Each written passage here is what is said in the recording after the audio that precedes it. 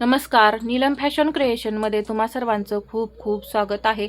आजच्या व्हिडिओमध्ये मी तुम्हाला बाहीला एकही चुनी येऊ न देता परफेक्ट बाही कटिंग कशा पद्धतीने करायचं आहे हे मी तुम्हाला या व्हिडिओमध्ये समजावून सांगणार आहे। तर इथे मी आज बाही घेणार आहे 11 इंचाची। तर अस्तरची बाही असेल तर आपण त्यामध्ये 1 इंच प्लस करत असतो। तर इथे उंची किती येणार आहे? 12 इंच। टोटल उंची आपण इथे 12 इंचावरती घ्यायची। पहा, आपण नेहमी 9 इंचाची बाही 10 इंचाची बाही कटिंग केलेलीच आहे। आज आपण 11 इंचाची बाही कटिंग करूया। तर इथे मी पहा 12 इंचावरती एक पॉइंट दिला, अजून एकदा इथे 12 इंचावरती पॉइंट देऊन घ्यायचा अशा पद्धतीने।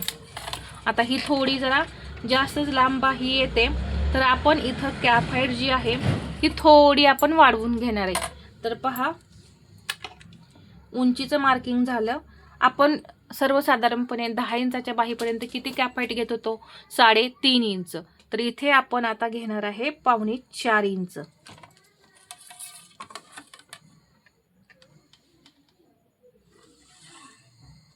पहा, या पद्धतीने मी 4.25 इंचावरती मार्किंग करून घेतलं।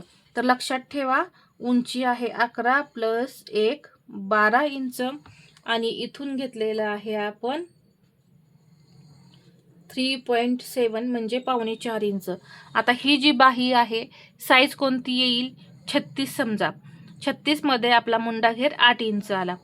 मुंडा घेरानुसार आपण नेहमी कटिंग करतो, त्यामुळे साईज वरती काही नाही। मुंडा घेर जो आहे तो 36 मध्ये सुद्धा 8 येऊ शकतो किंवा 38 मध्ये सुद्धा कधी कधी 8 येऊ शकतो। त्यासाठी म्हणून आपण मुंडा घेरानुसार कटिंग करायचं। तर इथे मी 36 साईज घेतलेली आहे आणि त्यामध्ये मुंडा घेर धरलेला आहे 8 इंच। तर इथून आता 8 इंच आपल्याला टाकायचं आहे या पद्धतीने। आणि एक लाईन जी आहे ती अशा पद्धतीने ओढून घ्यायची। लाईन ओढली, पहा मी इथं लाईन ओढल्यानंतर या लाईनचे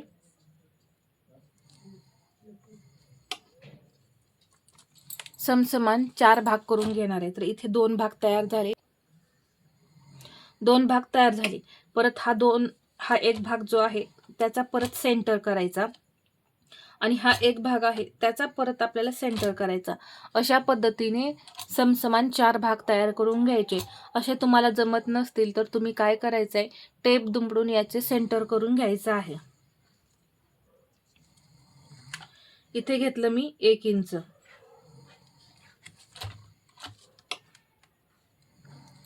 पहिला पॉइंट आहे अर्धा इंच वरती घेतला, हा दुसरा पॉइंट अर्धा इंच वरती आणि हा तिसरा पॉइंट अर्धा इंचाने मी इथं खाली घेतलेला आहे। आणि आता आकार द्यायचे, यामुळे एकदम परफेक्ट अशी बाही बसणार आहे तुमची। 1 इंचाच्या पॉइंट वरून या पहिल्या पॉइंटवर आणि पहिल्या पॉइंटवरून सेंटरवर असा आकार आणलेला आहे आणि इथून पहा या पद्धतीने मी आकार दिला। मी नेहमी याच पद्धतीने आकार देते। 2-3 पद्धती आहेत, मी 2-3 पद्धतीने बाही कटिंग करते। तर तुम्हाला पाहायचं असेल कटिंग त्या पद्धतीने तर मी तिन्ही प्रकार तुम्हाला दाखवू शकते। तुम्ही मला तसं कमेंटमध्ये सांगा। इथे 1 पाव इंच घेतला पॉइंट आणि इथे 1 पाव इंच घेतला। तर सर्वात सोपी पद्धत मला हीच वाटते, त्यामुळे मी जास्तीत जास्त हीच पद्धत दाखवते। समजायलाही एकदम सोपी पद्धत आहे। आता पाठीमागचा हा झाला आपला पुढचा पानाचा आकार तयार। आता आपल्याला पाठीमागचा आकार द्यायचा आहे। तर मी इथून या 1 इंचाच्या पॉइंट वरून पहा यावरती असं अगदी, जर सुरुवातीला तुम्हाला जमत नसेल तर असं डॉट डॉट करत आकार दिले तरी सुद्धा चालणार आहेत। पहा पहा असा या लाईनवर, आता ही लाईन जी आहे इथे डायरेक्ट न्यायची नाही, इथून या लाईनवरती आणून मी पहा इथे असा आकार जॉईंट केलाय आणि परफेक्ट असा हा पानाचा शेप जो आहे तो तयार झालाय। तर इथे पहा जो गॅप आहे तो किती तयार होतो इथला, तो बरोबर 1.25 इंचाचाच आपला हा गॅप जो आहे तो तयार झाला पाहिजे। याच्यापेक्षा जास्त किंवा कमी हा गॅप नको आहे, परफेक्ट एवढाच गॅप आपल्याला हवाय। आता इथे याच्या पुढे मार्जिन घ्यायचंय।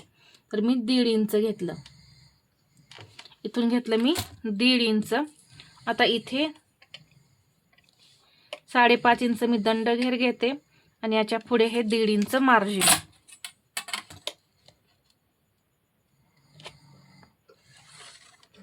आणि हे पॉइंट आता जोडून घ्यायचे. अजून एक म्हणजे तुमच्या बाहीमध्ये घोळ येत असेल तर इथे काय करायचं आहे, अर्धा इंच डाऊन करायचं आहे. आता हे घोळ येत असेल तरच करायचं का, तर नाही, सर्व बाहीमध्ये कंपल्सरी तुम्ही या पद्धतीने डाऊन करायचं आहे.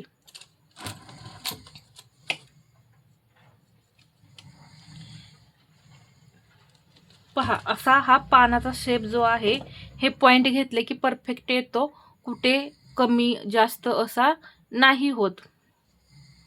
आता फिटिंग करताना काय करायचं, इथून जवळपास 1.5-2 इंच तुम्ही या सरळ, कारण इथे आर्म होल म्हणजे काखेमध्ये काय होईल, टाईट होईल. इथूनच जर तुम्ही स्टार्ट केलं कर्व द्यायला तर 1.5 ते 2 इंच सरळ यायचं. आणि हा आकार जो आहे तो स्टिच करताना थोडा एक पॉईंटने सुद्धा केला तरी चालेल किंवा 2 पॉईंटने सुद्धा कर्व दिला तरी चालेल, परंतु फिटिंगच्या वेळेस या पद्धतीने फिटिंग करायचंय. आणि डायरेक्ट पहा, या इथे दंडघेरापर्यंत नाही न्यायचं, इथे असं आणत या लाईनवरती मिक्स करायचं शिलाई, म्हणजे इथे दंडाजवळ सुद्धा आपला हा फिट होणार नाही हाताला. तर अशा पद्धतीने छोटे छोटे पॉईंट लक्षात घेऊन जर तुम्ही कटिंग केलं ना तर परफेक्ट बाही बसते.